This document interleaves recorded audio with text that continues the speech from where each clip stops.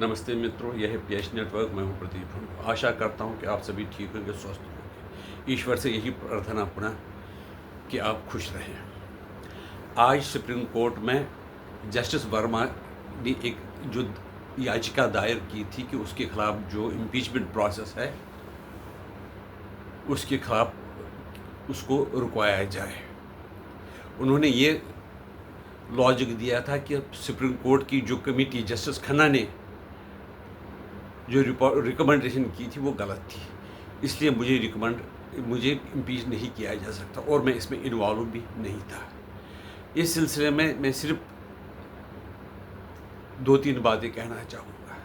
अगर साधारण सा कोई अक्यूज्ड हो जिसके घर पर कैश मिले या कोई हथियार मिले जिसे क्राइम किया हुआ, वो उसी की पास से मिला हुआ कहा जाता है, जबकि ये जज साहब के घर पे ही, चाहे वो कह रहे कि मेरा कोई उसमें it was under the control of servants and other employees, तो उसकी जिम्मेदारी उसी की होती है।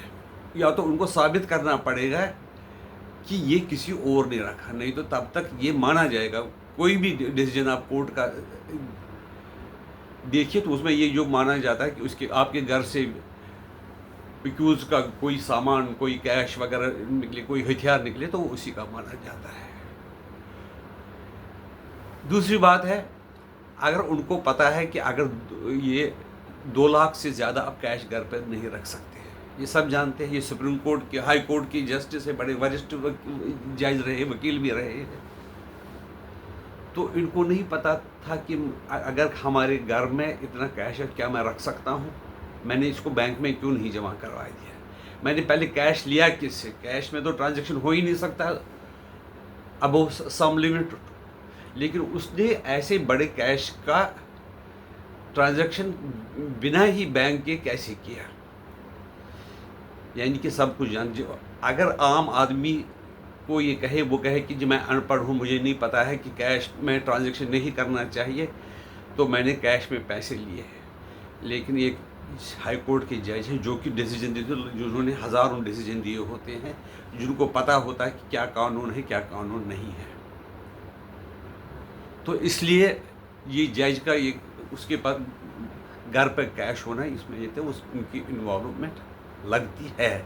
बाकी तो सुप्रीम कोर्ट जाने और बाकी जो वकील साहब जाने हैं। दूसरी बात ये जो मैं बताने चाहूँगा, कोर्ट ने ये भी कहा कि ये जो इम्पीचमेंट प्रोसेस स्टार्ट हुआ है, हम इसको नहीं रोक सकते, क्योंकि जो पार्लियामेंट है वो सर्वोपरि है, सर्वोपरि है, कि सबसे बड़ा है, वही लॉ भी बनाता है, वही पूरी जो वो पीपल्स रिप्रेजेंटेटिव है वही उसमें सब कुछ कर सकते हैं। तो हम इस मामले में अब कुछ नहीं कर सकते हैं।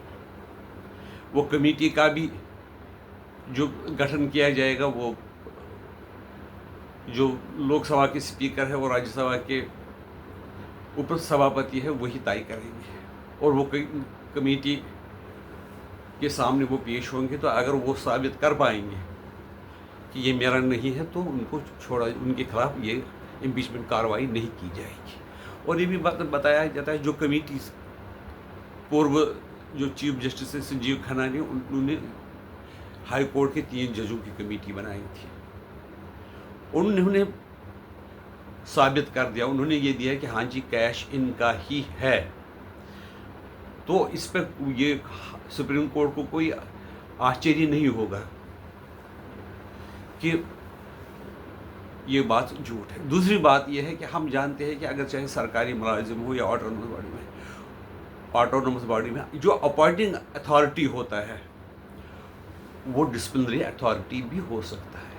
इसी तरह से जो जजों की नियुक्ति होती है, वो कोलिजियम, सुप्रीम कोर्ट की जो हाई कोर्ट के जजों की जो सिलेक्शन होता है, अपॉइंटमेंट होता है, वो कोलिजियम सुप्रीम कोर्ट का करता है। यानी कोलिजियम जो सुप्रीम कोर्ट का है वो अपॉइंटिंग अथॉरिटी है। अगर सुप्रीम कोर्ट ने ही वो हाई कोर्ट जो जज है उनकी कमेटी बनाए, तो वो उनके दायरे के अंदर आता है, वो कार्रवाई कर सकते हैं। लेकिन ये समझना कि अपॉइंटेड अथॉरिटी को ये पावर नहीं है कि कोई जांच की कमेटी बिठाए और वो जो दोषी पाए गए। आपकी राय क्या है हमें बता दीजिए। हमारी निवेदन है कि हमारे चैनल को सब्सक्राइब कीजिए। नमस्कार।